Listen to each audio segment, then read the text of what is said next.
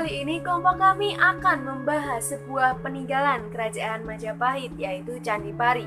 Dan konten yang akan dibahas dalam video kali ini antara lain ada deskripsi, aspek politik, aspek ekonomi, aspek sosial budaya, aspek agama, peninggalan, hubungan dengan pemerintah saat ini, prasasti, dan wabah yang pernah dialami pada masa kerajaan Majapahit. Yang pertama yaitu deskripsi dari Candi Pari. Candi Pari merupakan sebuah candi yang terletak sekitar 2 km ke arah barat laut dari pusat Bukpur Lapindo. Candi ini terletak di Desa Candi Pari, Kecamatan Porong, Kabupaten Sidoarjo, Jawa Timur. Candi ini merupakan candi dengan bangunan persegi dari batu bata yang menghadap ke barat dengan ambang batas dan gerbang dibuat dari batu alam andesit. Alasan dari pembuatan candi sendiri, menurut sejarahnya, candi ini dibangun untuk menghormati hilangnya Joko Pandelegan. Dulunya, pada gerbang atas candi terdapat tulisan angka 1371 Masehi. Angka tersebut menunjukkan tahun dibangunnya Candi Pari tersebut, tepat saat masa pemerintahan Raja Hayam Wuruk pada tahun 1350 hingga 1389 Masehi.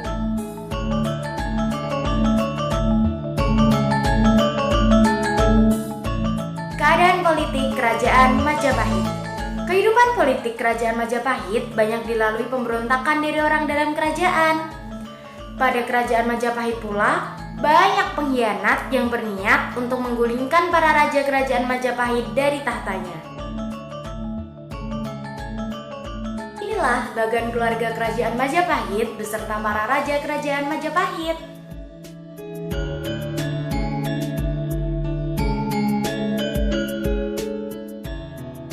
Raja yang pertama adalah Raden Wijaya yang bertata sejak tahun 1294 Masehi sampai 1309 Masehi. Pada saat pemerintahan Raden Wijaya, banyak sekali terjadi pemberontakan, seperti pemberontakan yang dilakukan Ronggolawe, Nambi, Sora, dan pemberontakan lainnya, yang bertujuan untuk melengsarkan Raden Wijaya dari tahtanya.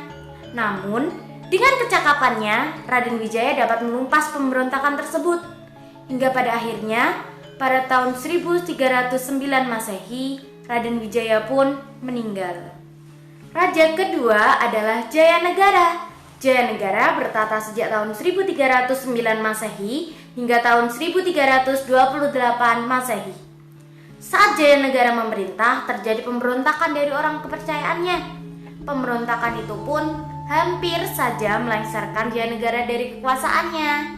Namun, Gajah Mada mampu menangani pemberontakan tersebut dan menyelamatkan Jayanegara ke sebuah desa bernama Badendar. Namun, Jayanegara harus terbunuh oleh seorang tabib bernama Teka karena tabib ini memiliki dendam tersendiri terhadap Jayanegara. Raja ketiga adalah seorang perempuan bernama Bere Kahuripan atau Tribuana Tunggadewi. Tribuana Tunggadewi bertata selama 22 tahun sejak tahun 1328 hingga tahun 1350 Masehi. Pada saat pemerintahannya pun banyak terjadi pemberontakan, seperti yang terjadi pada tahun 1331 Masehi di daerah Sedeng dan Keta, Jawa Timur.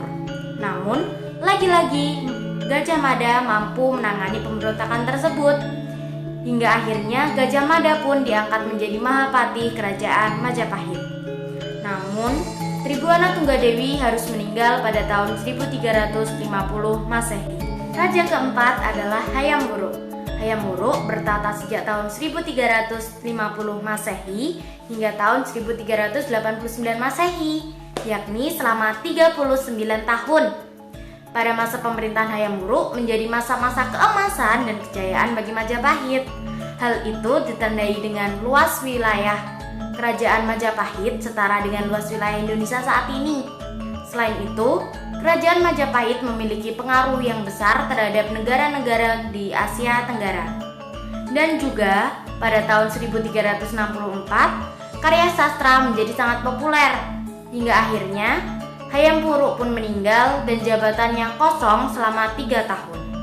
Raja kelima adalah Kusumawardhani. yang bertata sejak tahun 1389 Masehi hingga tahun 1429 Masehi. Setelah Hayam Wuruk meninggal, Majapahit mengalami penurunan. Pemerintahannya pun dipegang oleh Kusumawardhani yang menikah dengan Wikrawardhana. Mereka berhasil merebut tahta dari saudara tirinya yang bernama Wirabumi. Perang tersebut disebut dengan Perang Paragreg. Perang tersebut dimenangkan oleh Wikrawardhana dan Wirabumi pun ditangkap dan dibunuh. Dengan adanya perang tersebut berakibat dengan banyaknya daerah yang melepaskan diri dari kerajaan Majapahit. Inilah raja-raja setelah Kusumawardhani, mulai dari Dyah Ayu sampai dengan Patih Udara pada tahun 1498 Masehi sampai 1518 Masehi.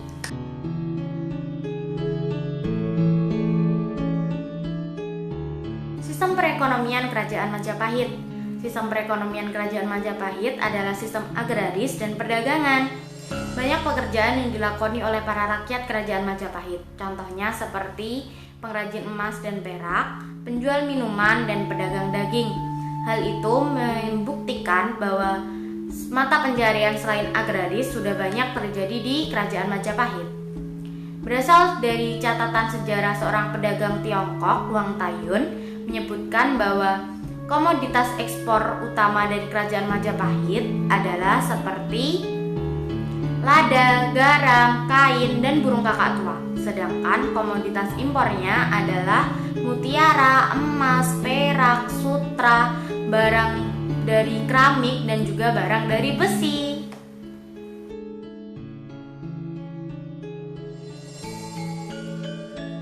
Sejarah uang. Sejak abad ke-8, para manusia di Jawa telah mengenal mata uang. Pada zaman Kerajaan Medeng, mereka menggunakan keping emas dan juga perak. Namun, sejak tahun 1300 Masehi, Kerajaan Majapahit mengubah uang emas tersebut menjadi uang kepeng atau sebuah uang berbahan tembaga yang diimpor dari Cina. Dalam catatan sejarah tidak dituliskan alasan penggunaan uang kepeng.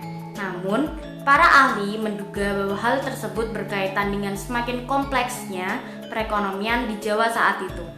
Sehingga uang emas dan juga perak terlalu mahal jika digunakan untuk berbelanja di kehidupan sehari-hari saja. Dan digantikannya lah uang emas dan juga perak itu menjadi uang kepeng yang berasal dari tembaga.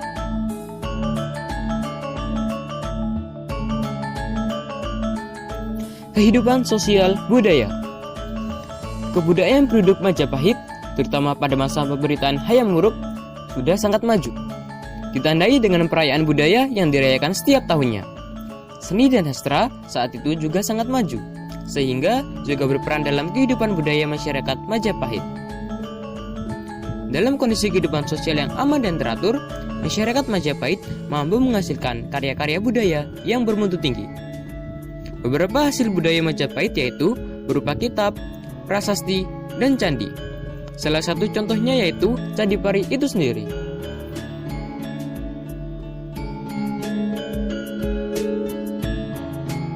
Kehidupan beragama. Kehidupan beragama masyarakat, terutama pada masa pemerintahan Hayam Wuruk, berjalan dengan harmonis. Pada saat itu, terdapat dua agama yang hidup berdampingan, yaitu agama Hindu Shiva dan Buddha. Hal ini bisa dibuktikan dengan tulisan di prasasti dan relief di candi-candi peninggalan Majapahit. Keharmonisan dua agama tersebut tertulis dalam kitab Sutasoma dengan kalimat Bhinneka Tunggal Ika Tanhana Dharma Mangrua. Artinya, walaupun beraneka ragam, tetap dalam satu kesatuan. Tidak ada agama yang mendua.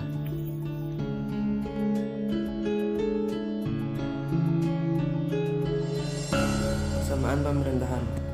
Dahulu pada masa pemerintahan Majapahit terjadi banyak pemberontakan, dikarenakan pemimpin mereka dijuluki Kalajemet yang berarti lemah dan jahat. Namun di era sekarang, yaitu era pemerintahan yang bersifat kepresidenan, berkurang dikarenakan pemilihan pimpinan pemerintah dipilih langsung oleh masyarakat yang lebih mengerti tingkah laku sang pemimpin. Belum beliau dipilih menjadi pemimpin. Perkembangan budaya dan keramasan dalam kehidupan beragama saat dulu masih berlanjut hingga saat ini. Tapi hal itu mulai berkurang seperti modernnya beberapa upacara adat yang dikikis oleh teknologi. Perbedaan pemerintahan.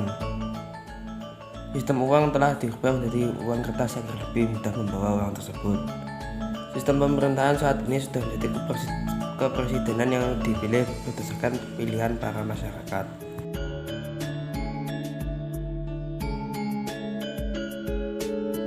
Wabah penyakit pada masa Majapahit.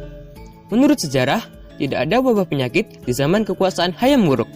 Tetapi ada sebuah kisah yang mengatakan bahwa pernah ada satu wabah penyakit di zaman kekuasaan Prabu Brawijaya.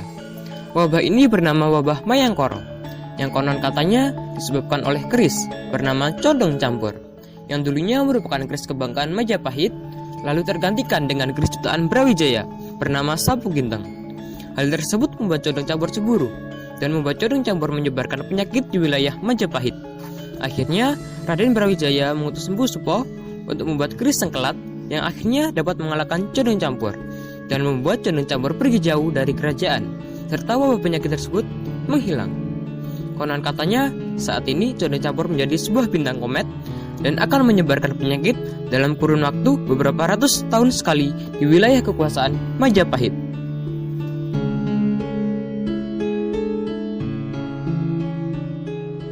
Selanjutnya, peninggalan kerajaan Majapahit yang masih relevan dan bisa diterapkan pada kehidupan masyarakat Indonesia.